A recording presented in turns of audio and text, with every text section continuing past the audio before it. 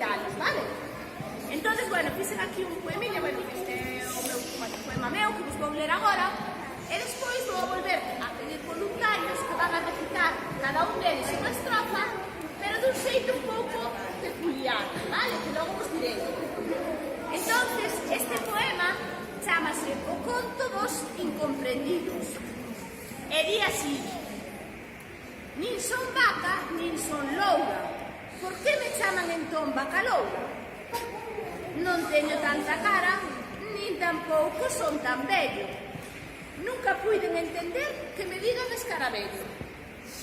Sonche moi traballador, non me gusta nada o lume. Pode mal ben explicar por que son un vagalume.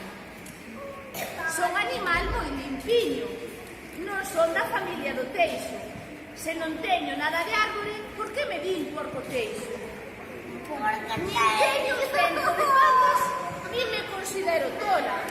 Toliños serán aqueles os que me chaman centola. Somos uns incomprendidos, non nos entende ninguén. Vaya nomes nos puxeron, ben rariños a docente. Gustou vos o poema? Sí!